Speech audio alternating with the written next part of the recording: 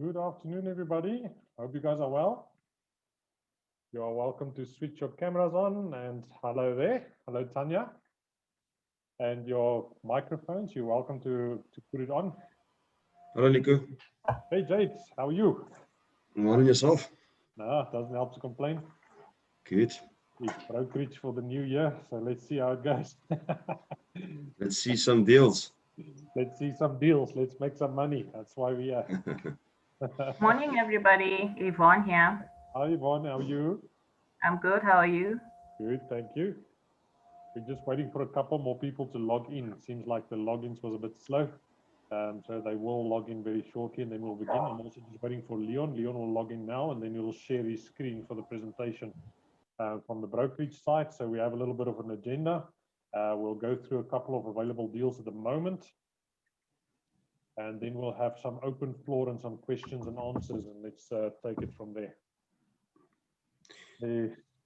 Yep. Hello. Yes, Douglas, how are you? One and yourself? No, can't complain, man. Good, good. Hello, guys. Hello. Sorry about joining a bit late. Hello, Douglas. Well, hey, Leon. Yes, the Hi, whole Leon. family is here. That's a bottle of red wine, please, for being late. Yeah, exactly right. Geez, you guys must be desperate for some stuff down here, right? At least he doesn't have children. Ours is now only going back to school on the 15th of February. So. Yeah, exactly right. Hello, Rolf. Welcome. You also joined there now. We'll just give it 2 or 3 minutes. So we see who else joined. Tanya, long time. All the best for the new year to you. Nice to see you back here again. Thanks, Leon. Likewise. Did you guys have a good break away anyway? No. We stayed put. I'm quite happy with that because we've got a holiday planned in June. So. Oh, what a pleasure. What a pleasure. Right. So good stuff, eh? How did your Airbnb go, Tanya? Yeah. December was a little quiet, which was fine because we got to do some lots of maintenance and deep cleaning and and some family over, so that actually helped out quite well. And yeah, so now it's January starting, it's filling up again with all the business travelers and that. So yeah. Oh, that's good, man. Good. Thanks. Holding thumbs that that thing just goes from strength to strength. Are you looking at a second one? I'm actually in partnership with someone. So we've got his 2 Airbnbs, which are also doing phenomenal. And we are now looking at a 3rd property for Airbnb as well. So yes, it's growing. I really enjoy the model. So I'm just going to keep on doing it.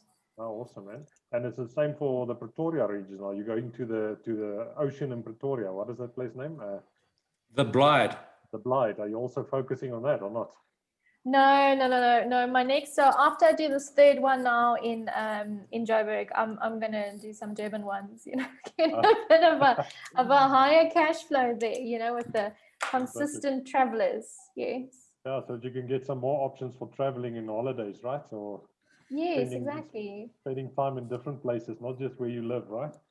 Exactly. Yes. Hundreds. Jade, how's things going on your side? Hectic, Nico. I'm busy with the renovation. So putting a bathroom in and drywalling and all kinds of things for student accommodation. So they're moving in 2 weeks. I'm under a bit of pressure, but it's good pressure. So they're still moving in 2 weeks, eh? Yes, yeah. So I do private student accommodation. So the Damlin College and the varsity colleges, they're going back. They actually already started on the 12th of this month. Okay. Yeah. So keeping busy, and it's So you guys should all remember that we're doing a student accommodation with Sapin on the 27th of the month. So make sure that you have a look out, and if you're interested in student accommodation and be part of those conversations and networking, then please remember to go and register for the Sapin event as well on the 27th. Yep, we'll be there. Yeah, you will be there, Jake. You just don't know it yet. Is there something coming my way? There's something coming your way, eh? All right, cool. Leon, you want to start? Maybe let's get your presentation shared, and then we can maybe start with it in the meantime while we wait for people to still log in. Yeah, 100%. I think let's get the show on the road. And then as people join, they're welcome to do so, right? So I think from our side as the brokerage, on behalf of Nick and Isabel, staff, and etc., we'd like to officially welcome everybody back to work. Non-alcoholic at the moment, but we'll fix that at some point soon in the year, hopefully. Yeah, that is one of the things that is there to keep in the back of your mind, right? So, but welcome to all. Best wishes for 21 to you all. And best wishes in property. May you be prosperous and successful and profitable and help make somebody else happy that gets a home that is owned by us in some way or the other. So we problem solvers. Let's be that in 2021, right? I think what we wanted to do is just take a little bit of a discussion today. So I'm going to reflect a little bit backwards on what happened, and then we're going to share forward what's going on, etc. So I think a reflection on 2020 is the following things that we've observed in the brokerage, right? So COVID happened to us in 2020. It was complete left-sided, blindsided us. But guess what, right? We thought that the property market would die, and there was a little bit of a dip, but I think all of us know and have observed that the market in many segments emerged stronger and even more active and is sitting at even higher levels of activity than it was pre-COVID. So it was like as COVID didn't happen at all in some segments and some areas. And I think that probably is there are two things in here for us. The one is the lesson that there's always opportunity. It doesn't matter what the adverse conditions are. Somebody somewhere needs a house, and if we can fulfill that need, then there's business, then there's potentially a profit to be made. So that's more the money side and the ability to help, but also then the ability to tweak where we focus. That's the other lesson that we get out of there, right? So instead of going for all the snazzy, zooty homes in the upmarket and where the status is, I think the trends that we've seen is to go way more practical and find properties that work with the family now being a lot more together, more family orientated, and then potentially the ability to also run business and have a private area somewhere to run office or tech remote work from home. So yeah, so that shifted in the market from one side to the other. As business people, so all of us are investors, and many of you over here are sourcing agents as well. So that means that we all have an entrepreneurial hat on, and that means that we have to basically follow the simple principle of, say, adapt or struggle, right? If you just keep on doing the things that and keep the old habits of the past and you don't embrace what's going on, then you might find that you end up struggling a lot worse because other people have moved on and they'll move past you. However, if you adapt, and especially if you're an early adapter and you adapt in an intelligent fashion and with knowledge and insights, then you have the ability to take advantages of opportunities that other people may not see yet or don't have the right tech to actually take advantage of. So that's one of the other lessons that came out of 2020, and that's a good thing, right? So it forces us to open the shutters and get out of old habits. Then tech and digital life, that's a big one. That's the big thing that is it all of us remote working. I'm now at the point where I almost hate traveling and getting stuck in traffic. It's so much easier sometimes to just have a quick meeting, pop onto a Zoom or whatever else. I know we all zoomed out, but it has its benefits, right? And the fact that a lot of people now have that makes our lives as investors easier. And it means that your time can be spent more cost effectively on things that really are productive and that translate into the ability to help a customer or to make money in an easier manner. And then, yeah, I think the last reflection on 2020 that we know, and some of you know this, the brokerage in the past was a very part-time run entity in the Sapin Group. It was almost a lot of people came in and went out and rotated in and out. Each one had their own idea, etc. It wasn't run as a proper business. So I think on 2020, and the takeaways there is that you can't run a business like that. You can't provide a professional service like that. And yeah, it's not the thing to do. So what we did is sat down with Andrew. We created a strategy for the brokerage. We brought in full-time staff in the brokerage, and very thankful that there is now full-time staff. The staff was basically Isabel, who's there on a full-time basis, and then myself as well as the head or the CEO. I don't use that title. I'm just part of the brokerage team, but I do head it up and I shape the direction that we take in. But Isabel is there on a full-time basis, rendering a service, and I think we've started to experience some of the difference that's made. So thank you very much to you guys. So that's the big reflection in the back, right? So lots of opportunities, but we need to know where to focus. And part of the insights that we do from 2020 is to understand where the investor demand is. Where is that sweet spot? Where has these trends emerged? And I think that for us is the other takeaways, which we need to create a lot more focus. So let me quickly just give a little bit of an overview and share with you what some of those focus areas are. I said staff here. First thing up is very much of a welcome to Nico. You may or may not know this, but Nico is also joining the brokerage on a full-time basis, crossing over, so to say, from the TPA side. So Nico, thank you very much for making that decision and finding the work on the brokerage side more appealing than on the other side. The grass is green here. And the efforts that you've put in on this side is absolutely amazing. So welcome. All right. So then from a focus perspective, what is it that we're going to be focusing on the side? So a hard focus. So in the past, there's been a lot of things that have come in, but it isn't really what investors, or at least the bulk of investors, are looking for. Which means that we got opportunities in and we marketed them or we shared them, but there wasn't really any take up in those opportunities. That was bad for everybody all around, right? It meant that there's a seller that's sitting with expectation that something is going to happen and it will happen quickly. They've got investors on the other side that's expecting to see good deals that come in that they are interested in and working with. And then you've got sourcing agents and people that bring the deals and go through all the hard trouble that is also expecting to get a quick turnaround on opportunities that they bring in. And then when those don't happen, then that just creates is a recipe for bad customer experience all around. So what we are focusing on in 2021 is we're using those insights from last year and the knowledge of the insights that we're getting by engaging with investors a lot more, to understand where the hard focus is. Where is the high demand? What is it that investors are really looking for? Where is that sweet spot?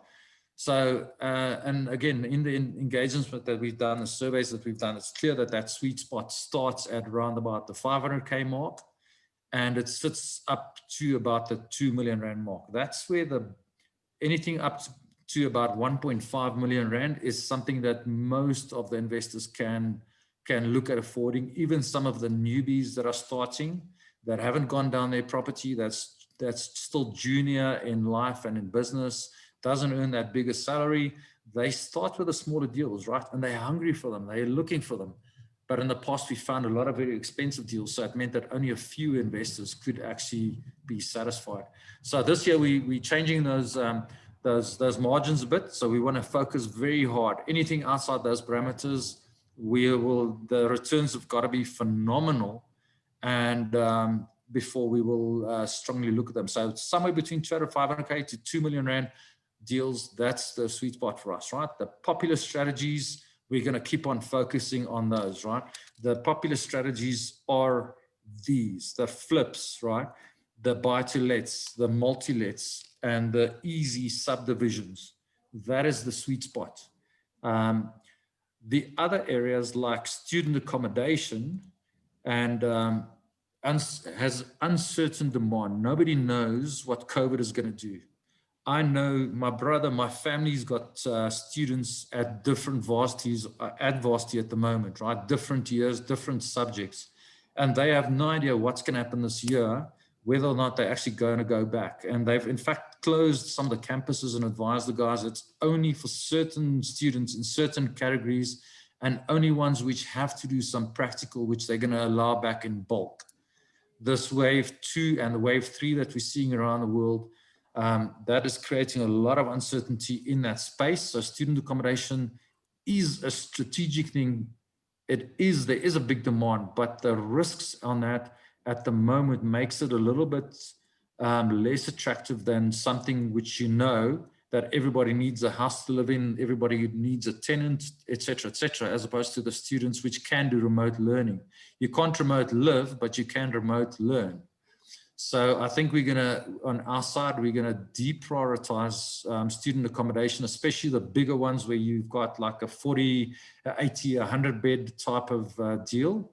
We're going to deprioritize that for a bit and not focus on them if we can help it. The appetite isn't there amongst the investor network in any big way at the moment. That could change at any time. And the smaller ones, like next to UJ, where there's a house with 5 to 6 or 8 students, those could still work because you can pivot them and go for young professionals in the area. So there's less risk in those. So the small student accommodation, yes, but not the big 80, 100 beds and up. And then developments. In the past year, quite a number of development opportunities have come in. We have not been able to convert one of those developments into anything substantial. So there's an absolute low take up on those. It's a very tiny portion of the investor community that are sitting on the 10 or 20 or 30 or 40 million rand in capital that they're prepared to lock in the ground for a period of up to 3 years from start to end, and then get big returns, but long paybacks, right? So the returns on that's got to be phenomenal.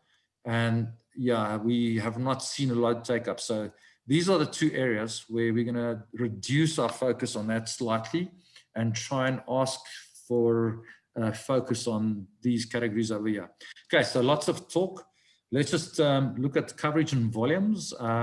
Many of you guys on this call are indeed working with us and have sourced opportunities or are ambitious and looking forward to sourcing. We're going to split the sourcing into 2 parts from a brokerage perspective. We're going to target active sourcing agents that are loyal and work very closely with us. Those are the ones that we'll call official sourcing agents. And Rolf is an example on this call. Rolf is a fantastic guy that works with us. And he brings us lots of deals, and they are quality deals. So we want to work with probably 10, 14 or 15 max of those. And the rest is deals that many other investors bring us, but they don't bring us volume. So our targets that we're setting is we want to have at least 100 deals sourced in Q1. And every quarter after that run at roughly that level. That means that at least 400 deals as a minimum benchmark for us. We want to exceed this number by a substantial margin. We think 100 is quite achievable across everybody that brings us deals in the brokerage. So our personal targets are higher than that, but what we're putting out there is we want per quarter at least 100 deals. And that's from our sourcing channels, right? So we're employing few more sourcing agents, wider areas, more deals in those strategies that we covered up here. So these areas are Gauteng, specifically around Joburg and Pretoria. I think that's no big change, all directions, but within those sweet spots. Western Cape, specifically around Cape Town, less so in the outlying areas. So far, we haven't had a big demand in Cape Town because returns there typically, unless you find a really hot deal, has been a bit lower than the Gauteng type returns. The property costs there is a lot higher. So to make returns of somebody earning the same or less than what they earn in Joburg, and having high COVIDs now with additional risks there, so far we found that the demand on that side is lower. Cape Town investors typically, unless they're buying for themselves in smaller portfolios, is more up here in Gauteng. Free State around Bloem, same story, lower demand to date. It's a smaller community. It's the number 4 economy in the country. KZN is number 3. So, but again, low demand. So we're going to test in these areas, right? So we will put down agents in each one of these areas and then test the demand in here. There's one unknown in the space, Jade, and that's in your space, which is PE Eastern Cape. The Western Cape, we have a good idea. What we don't know is PE. So we're going to work with you very closely and try and understand that market a lot better, and then see what we can do in that space to help our investors that might be interested in going that route, right? So you're the guy on the ground, the expert. We will have separate sessions with you on that, and hopefully we can shape something in that area as well. So just to close out on the sourcing agent bit, what is it that we're looking for? An official sourcing agent that is going to help us meet those volumes at the top there. So the minimum requirements is TPA fundamentals. So they must be able to understand the different strategies, run numbers, have proved that practically over the 12-week, and maybe ideally have got a deal or 2 or 3 or a bit of experience under the belt. Must have Lightstone access. That's a tool that no investor or anybody that's trying to find and evaluate properties can live without. And then motivated self-starters, of course, right? So if you're doing this on a part-time or a full-time basis, most people do it on a part-time basis. You have to get yourself off the couch, get out there, look for properties, jump all over social media and all the different channels, get out there, etc. So that's the minimum requirement. So theory behind you, tools, and the right attitude. Then working with the brokerage on a 12-month commitment basis and go through some hands-on sourcing training, which the brokerage provides on a mentoring basis. Every single deal that comes in, we use that as an opportunity to learn. So it's very practical, etc., etc. And then the ability to do 15 OTPs, 5 OTPs a month. That's the ideal target, but we will start accepting from 2 accepted OTPs a month, right? And then if people that do meet that target, we'll do the 50-50 split. Otherwise, we're changing a little bit for the ad hoc casual sourcing, where the brokerage ends up doing a lot of this work anyway. We'll do a little bit of a differentiator there, and we'll communicate the actual percentage, but it will be less than 50-50 for guys that bring us 1 deal every 6 months or so. That just is not, we want to incentivize and share most of the profits that are available in deals with the guys that are loyal and are working with us, right? Okay, so is there any questions on this before we step up into the anything of the other topics? Leon, anybody wants to comment? Leon, from my side, just it's quite strange that the deals that you guys have been finding haven't been taken up. So I'm not talking about the developments, because that's obviously just a very specific type of investor, right? But why have, the SAPA network in general, why have they not been taking those deals that have been on the table? A lot of those deals, Jade, it's actually quite a simple answer, right? A lot of the deals, people go for the glitzy deals and the big properties that are there, et cetera, and we find that those properties come in at a cost of about 2.5 bar for the upfront purchase. And then you still need capital to turn it into multi-let, subdivide up or subdivide, etc. Which means that your capital requirements on that also sits around the 0.5 bar mark. If you look at all the acquisition costs, etc., right? Your bond registration fees, your transfer fees, just that portion, and it sits at the 200, 250K, $250,000, right? Sometimes. And then your reno costs, whatever it takes to transform, another 200, 300, 400K, depending on the opportunity to really get it up to spec. A lot of the deals that have come in have been in that kind of ballpark. It's in the upper level. And, the number of investors, especially with last year being locked down and the COVID situation and the uncertainty, people have been hesitant to really commit on that. And I think that's just where the bulk of the deals that came in was in that bracket, right? Okay. They're good deals, and under normal circumstances, I would expect the uptake on them to be much higher because the yields are good. Yeah. But I think that's the major reason for that not really being very successful last year. That means that we were only able, the ones that have been taken up have been in, if you draw a triangle of all the investors are in the network, it's in the upper sort of 5 or 10% maybe of investors that can raise that sort of capital and bond requirement by themselves as one individual, right? Okay. As opposed, so that's also the other thing is these deals have been, it's each investor for themselves. We haven't really had the opportunity to create buying pools or JVs. Investors were hesitant to do that and pull together as 2 or 3 investors and say, okay, yes, I need 500K. I've got 150, you've got 150, and you've got 200K. That makes 500K, right? So this year, we want to bring a model in with Bruno where we can create those kind of opportunities where we will help investors to come in on a shared basis potentially, as opposed to, you know, one by one, and try and offload those deals. Again, to try and help bring deals to more of investors, as opposed to just the exclusive few who's got a good credit record, is sitting on capital that can afford it, right? That's the straight answer for that. So Okay, Leon cool. and Jade and the rest of you on the call. So Anything else? Leon, it's Lucanio here. It's actually you. Kanya, welcome. Thank you. Just want to find out, for KZN, do you perhaps have the numbers as to how many deals were sourced and which ones were actually successful? Nico, under correction, offhand, I know 1 or 2 deals that came our way. So can you guys hear me? Yes. Yes. Ah, cool. I thought no one was hearing me. I was talking and no one was hearing me. But in any case, so it is an interesting discussion. I just want to continue before I continue with Lucanio, right? So yes, we do have a lot of deals that went through, and if I'm talking about a lot, right? We had one investor that just took 2 deals in the last 2 weeks.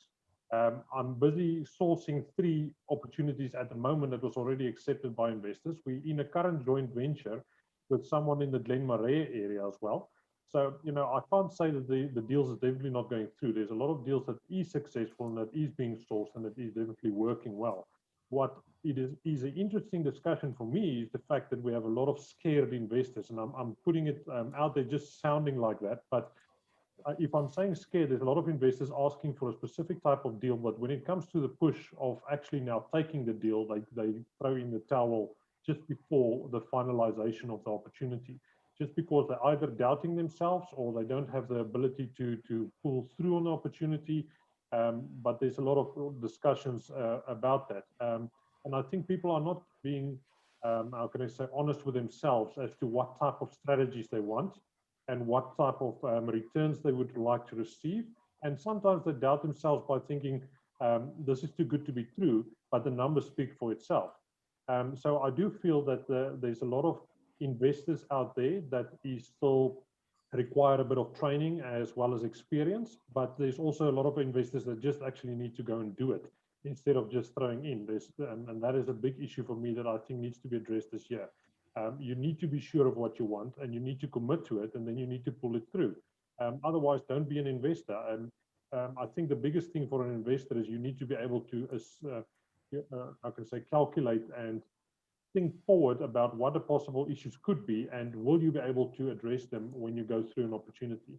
You must be able to manage that process and pull through an investment opportunity, and I think that's a big issue for investors at the moment. Nico Lucanio here, and I fully agree with you, to be honest. I actually want to be those investors whereby I take action this year. I think I've done the training, but obviously I need the experience to actually do something that I can learn more from that, instead of having to take a back seat and, as you say, trying to get those fancy, glorious deals. But yeah. Start small. No, 100%. And I mean, interestingly enough, we'll have investors that list themselves that they are looking for a return on investment deals of about 15%. And we'll advertise a deal for 15%, and then we get no comments or no one that's asking about those deals coming through. And then again, we get these deals advertised, and then they phone the sourcing agent. Douglas can tell you all about this. Then they'll phone the sourcing agent and they say, oh no, but I'm actually looking for a deal that can give you 21% return on investment. Why on earth did they then reply to an opportunity that was advertised for 15% return on investment, and then go to the sourcing agent and say, look, I want 21% return on investment? Is he now going to force the deal to 21% to make it happen for him? No, he's not. So you understand what I'm saying? I think investors don't know what they want, and that's a problem.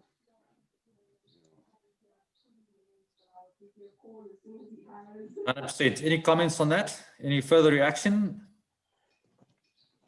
Being an agent, I know exactly what you guys struggle with.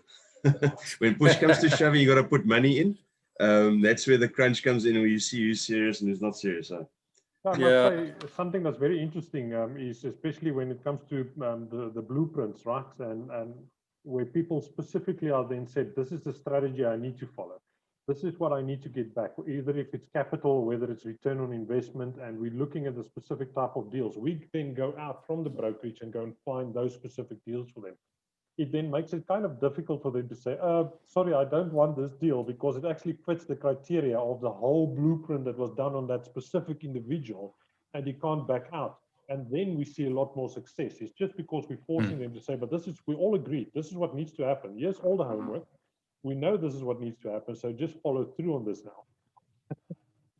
Yeah, there's definitely a higher uptake if you compare the deals, Jade, for the guys that have got coaches on the one hand, coaches as opposed to no coaches, because of the ability to bounce the numbers off against an experienced person, and that can give you mentorship and guidance and advice and that moral support and says, yes, you can do it. It is a good deal. I'm a second professional opinion. So out of the blueprints and the guys that are in the coaching space, there's definitely a higher conversion rate. And then, yeah, I think there's the enthusiasm out of a blueprint is also a lot higher and very much more specific to what it is that there's clarity of focus where they want to go to. And I think that's the beauty. This morning, I was on a call with a buying plan customer that we had just finished his buying plan. We did the walkthrough through his buying plan with Leroy. And then I showed a few of the deals and he wanted straight out. There's no hesitation. Yes, I've seen this. Now I know what I can do, where we're going to. Here's a deal in front of me. Okay, I want to go and see that deal this afternoon. I had to go, oh, well, that's a little bit on the quick side, right? So you find the difference between a guy that's doing all of it by himself versus somebody who's got that approach. And that's why we're pushing so much into the coaching and trying to get into the coaching guys to say, all of your students that's there as a coach, how can we expose them to the deals in the brokerage, and with the assistance of the coach, you know, the need is there, the focus is there. It's simply a matter of converting that. To answer Lucanya's question in the chat box, then Lucania, we are at the moment doing the homework in the Durban area, which area specifically we're going to target. Like I said, we're going to try out on a pilot basis. So there is a little bit of research which we still need to do. And it also depends on the type of deals, what the strategies are that's doing, right? So there are a lot of areas. So we're working with some of the guys that are local there to give us an insight into the local market, which areas there, and we're also talking to investors. I don't think there's anybody on the call that is from that area. But if you know somebody that is in that area, that's an active investor and that is willing to chat to us, feel free, please refer them to us, and then we'll do the research, and then we'll, as we find the specific areas, we can share that with you guys, right? Okay, so let's just move off that. There's quite a bit to get through still. So we've covered the sourcing requirements.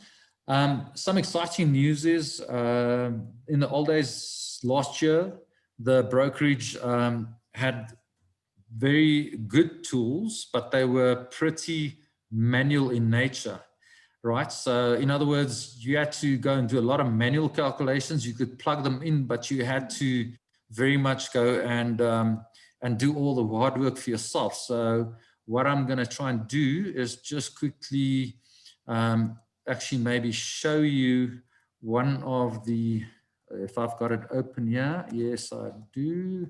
I'm going to just show you, Nico, can you see the screen here with the calculator on? Yeah, I can see it. Okay. So what I'm going to show you quickly is just the new calculator. The old one was the big checklist and your comparative averages. We've cleaned up a lot of this and automated some of the stuff, refurb calculations. We've made it a bit easier, etc. Clean up the photos area, the power team area. But the big change so far has been on the options where you have to do all the hard work to compare deals with each other, right? So we now help the sourcing agents and people that deal with us in the brokerage to use a much simplified one that can do scenario analysis in an easy way, where we literally ask you to basically populate about 6 or 7 fields. I'll quickly just demo that with an option. So I populate the 20-year scenario and then it runs different things automatically. I mean, this is not rocket science, but it makes a huge difference. So let's say that there's a 2 million Rand property. The estimated market value is 200 million Rand. And we think that we're going to offer or put in an offer on this for, let's say 1,800. 101.8 million, right? Oops, not 18 million. 18003, right? Let's say that that's the scenario. We find a property, 2 bar, that's what it is, right? The scenarios is automatically, you can immediately see it starts populating this. The deposit is 0. It populates the bond finance required, the time frame, the interest rate, and immediately it goes and it calculates the bond costs, the transfer costs, the sourcing fee, and if there's an auctioneer's fee, it already allocates that. I can just zeroize that because this one we'll assume that we buy directly, and already half of your homework is done. You don't have to go to Uber and calculate all these manually, etc. It's just done for you, and it's all just the numbers there. 2 fields in, and you're already halfway through this. If you do some basic research and you think that maybe I'll do 100K Reno on this, that's what the Reno will cost me. It rolls it, you can see that it immediately pulls it through to the other scenarios. You don't have to copy and paste it, etc. It makes it a lot easier. And then the last bit is, okay, so what does my rental income look like that? And if you do your basic market research, so this is useful for a desktop evaluation without a viewing. Let's say for argument's sake that I think that for this property, I can get 8,000 Rand rental a month, right? Looks like that's what that property will do. It populates all the rental income. And then the last thing is it a sectional title? Yes, it is. Let's say that the levies is 1,300 Rand a month, right? The rates and taxes about 500 and other costs also about 500, right? So there we go, 7 or 8 fields. And immediately all the fields for the other scenarios are populated. You've got all the comparisons filled in. You can go and fiddle with different things on the side and just tweak some of the percentages. Your management overheads is already in there. 10% is added, the maintenance, vacancies and voids, and you can make that, I want to run it at 10% vacancy. So you can just override that. Let's look at the deals and use, what do you see? Reds all over and oranges. Nothing works here, right? You might be getting a little bit of a below market value, but this is not a good deal. It doesn't match any of the criteria. So then you can play around a little bit and you can say, if my rental income, if I can jack it up here, and let's say that I can jack up my rental income to 13,000 Rand a month. Does that change anything down here? No, not yet. Let's say that I do 20,000 Rand a month, right? What does that do? One of the scenarios flips green. So this is on a 30-year bond, right? That's the scenario. It's a 30-year scenario. You can see that scenario suddenly becomes cash flow positive. The others are negative. My yields are not still what they are. So this deal still doesn't work for me, right? So if I change, let's say that, okay, this deal's not going to work. I can only go up to 20% rental. Now I must play with my offer price to stretch it further. It means I've got to offer lower. If I offer this deal at 1.6 million, right? If I decrease my offer price, what does that do? Suddenly then it starts going green, right? Yeah, I've got 15% ROI on it. The stress scenario, if the interest rates go back up to 9% against 7%, it'll still not be cash flow. There's a risk it'll be cash flow negative, but it works at a 7% barely. Over a 30-year term, it's a lot better because even a stress test works. So you can see that the ROI is still not good because of the following, right? Relatively speaking, my capital is still too high, so I need to reduce that somewhat. And now you can play with this, right? But it's 6 or 7 or 8 fields, and that's just what I want to show. So we're creating tools that help us very quickly and easily evaluate a deal on its own based on current market conditions and then run scenarios next to it. So that is quite exciting, and we'll be putting this up on our brokerage website. Anybody that registers as an interested investor or somebody that's got a deal, they will get access to this calculator, and yeah, it will be available for download from that perspective. Any comments about that? Is that useful? I think it definitely makes the life easier when it comes to calculations of the bond and transfer fees and so forth. That really helps a lot because it's working on the current scales. So it is up to date. We've tested it. You know, it's going to be out here and there with about 1,000 or 2,000 Rand, depending on which calculator you use from different banks and so forth. But I do think you are working on a very average or similar type of process that they would use in their scales. So that makes life easier. It just makes the calculation period shorter. So I like that. Yeah, it literally takes about 60 seconds to 2 minutes. and you immediately sitting with a lot of answers, which helps you for an initial gut feeling. And then as you refine the numbers, you can just keep on plugging in it, and it just helps you. So we're going to keep on doing improvements like that in the tools that we make available to investors that help every investor to be better or quicker at doing evaluations, due diligence, running numbers, calculating renovations, etc., and so on. And that's our commitment to everybody on this call, especially to sourcing agents, right? So we'll keep on improving that to anybody who wants to do sourcing with us to help make your lives easiasier. So we're Okay, also then going to just do something with regards to flipping, right? So the calculator, we're going to try and amend it so that it's more flip friendly, if I can put it that way. So it just covers a little bit more than just one or two strategies from there. You can get a lot of information from there, but there is things that we can do to improve it for different strategies. Okay, 100%, right? Leon, just one question, Lukanya here. Yes. Regarding the interest rate, that 9%, does it actually pick up 2% from that 7%, or do you put that manually, or can you put it manually? You can put it manually. We can open up if that is a big demand. I've just locked it for the moment. Actually, you can change it, right? I just locked it for the moment because the idea is that we start with something that is always that there's a benchmark. What is the comparison? How big is that stress test that we want to test, right?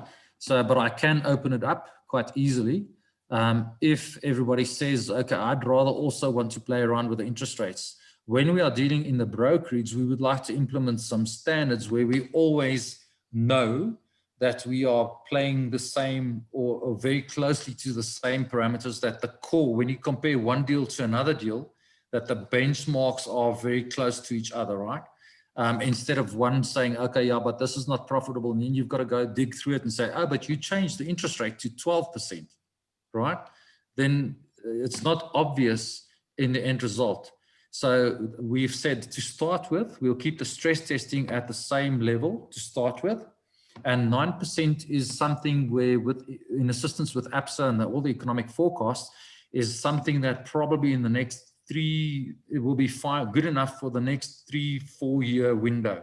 We don't see that the interest rates, it doesn't sound like they will go above that for the next bit, but we'll tweak those interest rates to give us pretty much of a reliable indicator of what the future is holding. And as the banks and updated forecasts come up, we can update that, but I'll also consider opening it up.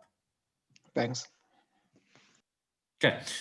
Then the last thing before we go to open floor and just general conversation, right? So we're going to share that we've got a couple of urgent opportunities in the West Rand, and I'll actually show the opportunities just now. I have it here with me if you want to, Leon. Okay, so I think, Nico, let's pop over to you. I'm going to stop sharing, then you pop into this. But I also just want to test the appetite on small commercials just a little bit later, right? Just to test your opinions on something like that, whether or not you might find, of people that might find that interesting. So I'm stopping, Nico. Over to you.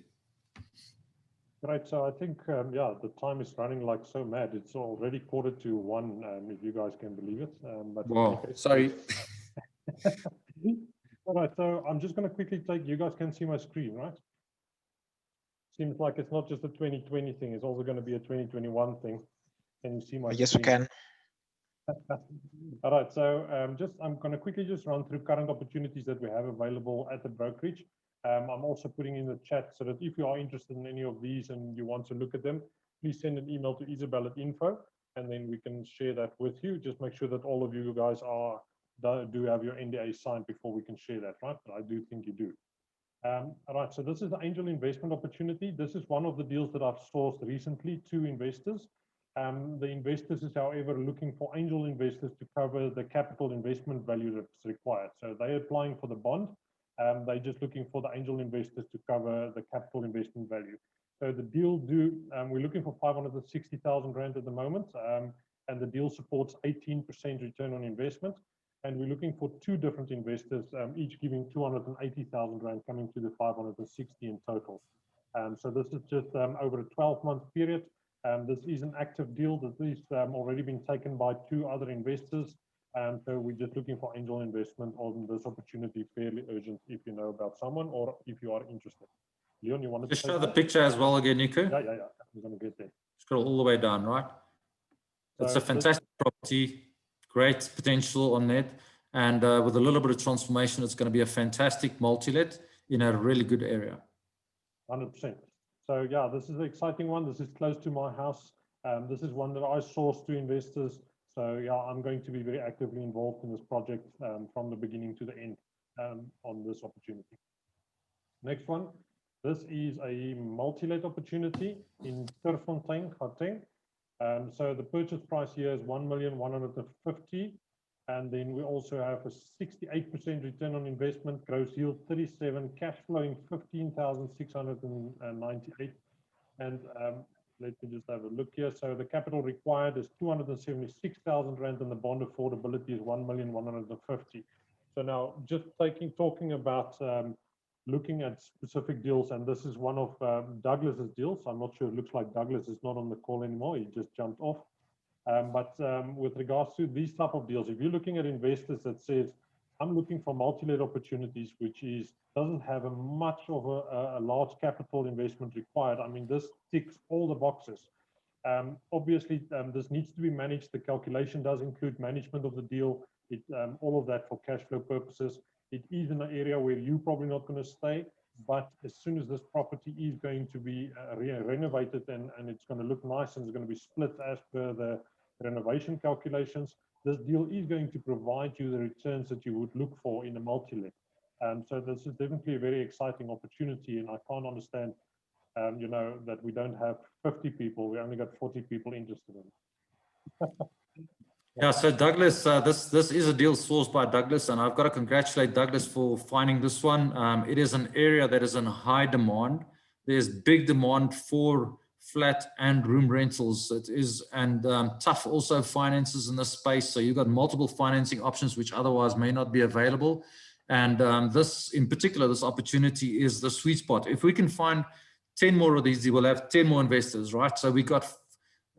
So this deal already has generated 14 hits in the first couple of days since it's been live. This is going out to the network again. And Douglas, if you can find, if any of you guys can find more deals like these, guys, this is a honeypot, right? This is the big money, the cash flows, the big returns isn't always in the expensive suburbs, right?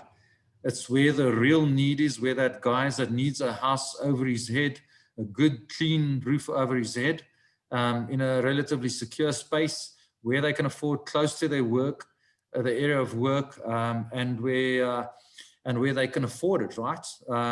So yeah, these are the type of deals that really, really, really that we need more of in the brokerage. So to our sourcing agents, please find more of these. Yeah, so sorry, I see Douglas is still online, so he is part of it. He got 2 deals currently active. Ralph got a couple of deals active, so congratulations, guys. It's nice working with you guys. I think we're getting to a point where we understand each other, and then deals will start going through much faster. So this is like 4 units that we're going to split down into room rentals, and then there's also 2 units at the back that can be converted into more rooms that can be rented out, therefore bringing us a very healthy cash flow on a very low purchase price. So this is already secured. So I mean, that is kind of a no-brainer. So we like these type of deals. Going to the next one, it's another one, also in Rosettenville, Gauteng. So this one is also 1.1350 as a purchase price, 45% return on investment, 20% gross yield. Only got 7,171 Rand cash flow, shame. It's a little bit lower than the other one, but it's still a good cash flow. Capital requirements only 189,000, and the bond affordability is 1,350,000. So this is how the property looks like. The owner is currently renovating most of the units himself before he's selling it, so that's a big plus point. There's little shoplets in the front that can be rented out, which he is currently renting out as well. So there is a lot of opportunities. Actually, a very nice little building in a very nice street to take care of this opportunity is also a very nice one. So yeah, if you're interested, that's a very nice opportunity. Yeah, it's in the good parts of Rosettenville. So there is a relatively worse part, but this is in the good part of it, and it's nice and clean. Yeah. Then the last one that I have here is Eastleigh in Gauteng. So this one is also a recent one, also 1,180,000, 21% return on investment, 6,651 cash flow. capital investment required 276,000, bond affordability 1180. So this is a very, very nice house with some very nice opportunities as well. I really think this, I don't understand why this one is not sold yet. This one should be gone by now, to be honest. I think there was one thing that they mentioned, that the people next door is, what are they breeding? Yeah, they're breeding Alsatians, but they're only really active at around about 5 o'clock. The numbers on this one is actually, remember, we go conservative on numbers, right? We go with the lowest possible returns. So I actually viewed this property with Andrew, and we were very excited about the options. This is in, there's always, we say that a property must work with the least route to resistance. And these numbers are on the lowest possible expenses, but you can do a lot more with it and get the cash flow probably to about 3 times what that cash flow is up there. But this is the minimum size. So we always try and position it's the minimum that you can, it'll make it work. But it's a very exciting property, very clean, well situated, great area, very close around the corner from Andrew. That area is just pumping. So it's another multi-let in the Edenvale area. That area is fantastic for that. Yeah, so as you guys can see, there's some good deals coming through. The sourcing agents are bringing them in. It's getting successful. I think the brainstorming process that we do go through with the calculations with each of you guys helps also to identify how do we look at it from the start. That's point number one. If you look at this deal, what would be a no-go, and what is what we would like to achieve from this point of view, right? And also then how do we see, how can we stretch and maximize the rental income onto this property? What would be phase 2 and 3 on this project? Phase 1 would be your acquisition. Phase 2, how can we maximize? And I think that is something that really helps. And then also, how do we split it between different strategies, or how do we change it to a strategy that just makes it look better for the calculations as well for investors? Okay, Nico, so I think that's the deals.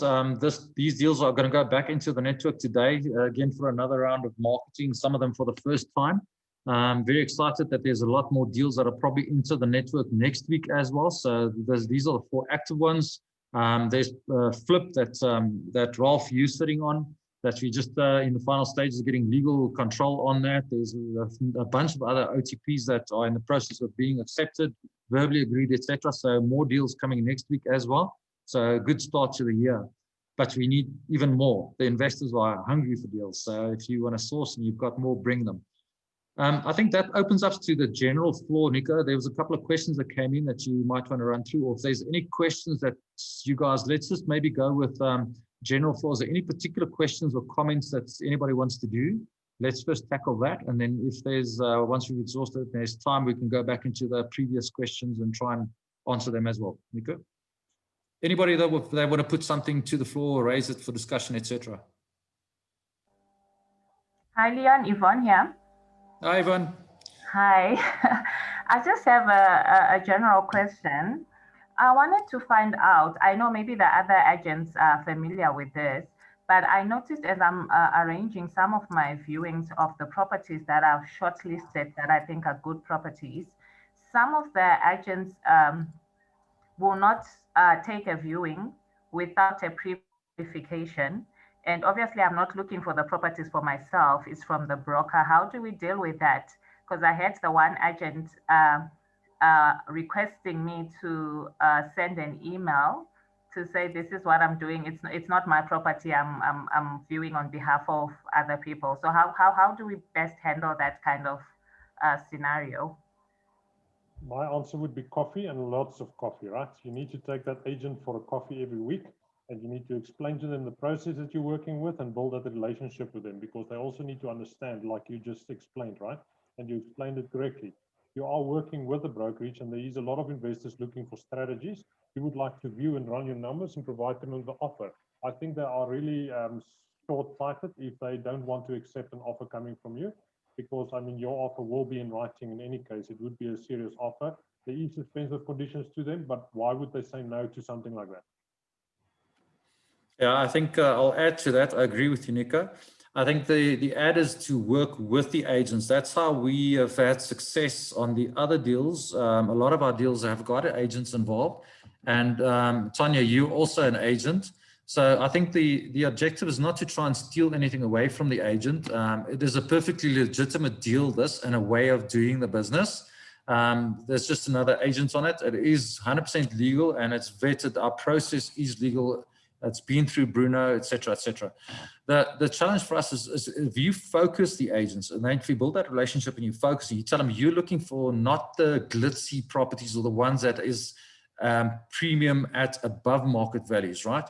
Unless that you can Airbnb and do some of the creative strategies on them. The run-of-the-mill one is say, bring me the properties that you're sitting with that you're struggling to sell, right? Or that where you've got a buyer that is distressed, highly motivated. If you can get the agents focused on that, the mechanics and how you solve the problem of both the agent and the seller becomes less important than moving properties that nobody else wants to touch. We like those properties that need a bit of work. We have the capital available to do the transformation. We don't want the perfect properties most of the time, right? Because the value, you're going to overpay for them. So that's the view that we follow. That's the conversation we have. It's not about who's your buyer and all the other stuff. We try and stay away from that and not get sidetracked by it. It's about how can we help the agent to sell more houses, etc. So Tanya, I don't know, you're in the business, you're an agent. What would your response to Yvonne's question be? I mean, I'd be willing to work with anyone really, just as long as you're honest and upfront. You do get people that, you know, oh, I just want to come look at the property. They're not honest about it. Those are the kind of people I don't like to work with. But if you're honest and you say, this is what I do, this is what I'm looking for, and yeah, then I'd be open to work with you, no problem. Yeah, we try and bring qualified buyers, right? And that's the other part of the process. In the investor group, you're sitting with people that have been pre-qualified by a guy like Christian Janssen.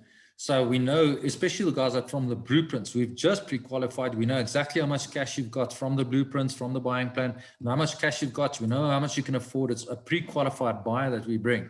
We know that the deal's going to go through. There's no reason why the agent will not like a buyer like that, right? So that's the general spectrum of our guys. And then secondly, I think on the other side, so that'll help speed up the bond financing process, right? So it just works on all levels. The only question is to get around that upfront uncertainty of who is the true buyer. And that's what many of the agents that don't understand investors, they want to see the face at the end of the day. But, you know, that's the relationship. And like you say, that coffee and a bit of wine or whatever it is over time. So something just to hit back. Good points, Tanya. To something that you've said earlier today about what was the takeaways from 2020. That was something for me as well, from working with estate agents. Most of the deals that I'm currently sourcing came from estate agents that I deal with, and I work with them. And the nice thing about it is because these deals are now in approval process and they're already accepted, these estate agents feel also that working with me going forward is much nicer. So you have that relationship that you're strengthening because they see how we operate. We actually even received an email from one of the estate agents just before Christmas, I think, that indicated to us that yes, like we're really moving fast, we're really moving with speed. They like working with us because the process is just so seamless. Just getting a OTP signed or a paperwork completed doesn't take weeks. It's something that we say, well, we viewed it now, I'll send you the OTP by 3 o'clock this afternoon, and it's done. Because we understand the OTPs, we read through it, we make sure we make the changes, we submit it, they understand where we come from, and the process can just continue. So that relationship building is very important. Okay, let's close off that one. Is there, who else has got a question that they want to raise to be answered or discussed specifically? Anybody?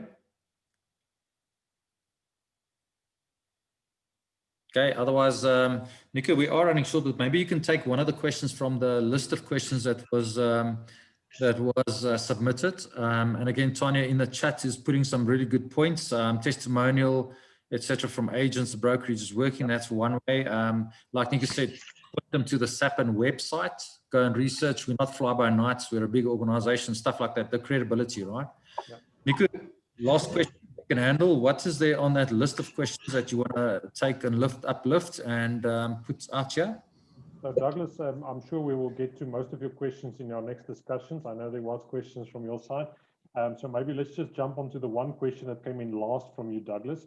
So you were talking about how do you handle a property that currently is being hijacked, and you would like to put an offer down. How do you handle such an opportunity and opportunity?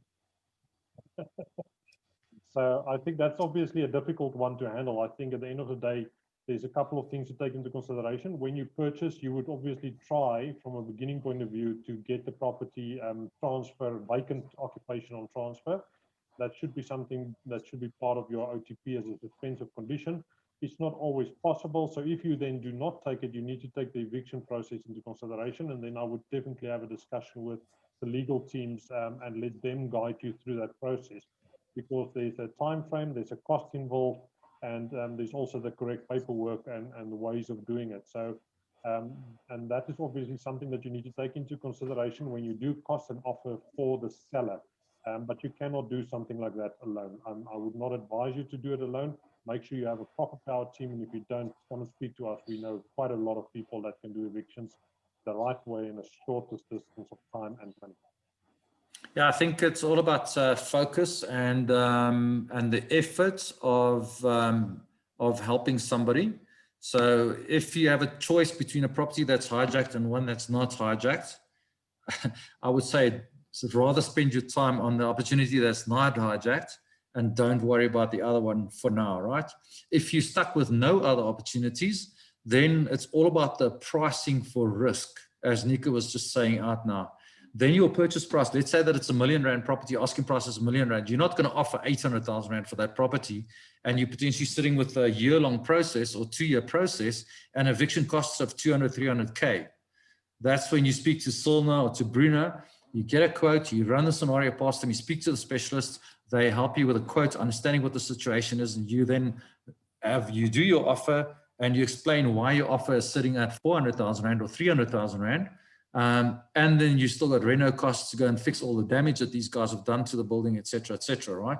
And to keep it hijacked free, there's security measures, et cetera. So that all that just affects the offering price, and you need to run your numbers properly. So running the numbers, pricing for risk, that's the two principles around any of the more riskier type investments. So you've got to do that. If you don't have the skills and knowledge to do that, like Nika said, the specialists are in Sappen. Anywhere in Sappen, we can handle any situation which comes our way. Chat to the brokerage, and we can help put you in contact with the right guys.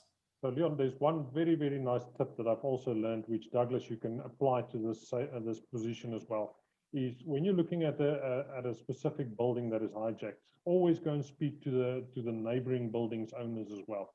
So one on each side, go and speak to them and find out, because if you're buying a building and the buildings next to it is also hijacked, walk away. Yeah. You understand? Stay away. Absolutely stay away. Yeah, if you're buying a building that's hijacked and the other people are struggling because that building is hijacked, you're going to have support from them as well. But you're going to get a lot of very valuable information coming from them, that you can take into consideration whether you want to take this deal or not. But I do think that is one very big tick mark you need to do. Speak to the neighbors first. The advantage of actually sorting out seller's problem who's stuck with a hijacked property, right? If you take the case of Sifiso Gabella, who bought the property next to Germiston at the lake there, right? It's a fantastic property, 12,000 squares with a house, lovely house on there. And it was in the market for about just under the 3 million Rand mark. And the guys couldn't sell it. They had squatters there. They couldn't get them evicted, et cetera, et cetera. And the seller struggled with this for about two years in a row, right? He eventually just gave up and he said, okay, so now I want to sell it. And he started dropping his price just to try and offload it because he couldn't solve his own problem. And then Sifiso started the negotiation process with him. And originally they put in an offer around about the 1.8 million Rand down from the 2.8, and the seller wouldn't budge. And then over time, it went down and down and down. Sifiso tried to help the owner to evict the guys. He put the attorneys on. They teamed up with the police and a bunch of other things. They were not successful, right? And the price just kept on coming down and down as the owner got more desperate. Eventually, Sifiso got that property, which was in the market for 3 million, which is an asset value of way more than 3 million, right? The true value is more than 3 million Rand. They picked it up for 800,000 bucks, right? A 12,000 square meter property with a fully functional 6-bedroom house on it already and walls built around it, etc. It was just being occupied, right? And he then was able to work with Tough on that one because it's in the right areas. And now he's doing a massive development of blocks and blocks of flats, which will give him an income of just under R1 million a month, right? From a property that he bought for 850K. So if you find the right property, it is well worth trying those. But it took him almost 2 years to get the deal and get it sorted out. In the end, they had to bribe and pay the squatters to go live somewhere else. That's the only way which they were successful in getting them out here. None of the other processes worked. And the costly legal route also wasn't very successful, right? So the lesson is, it's a long process. It is highly risky, but if you negotiate well and you help solve the problem in creative ways, you can potentially get away with a really good property and make a massive killing.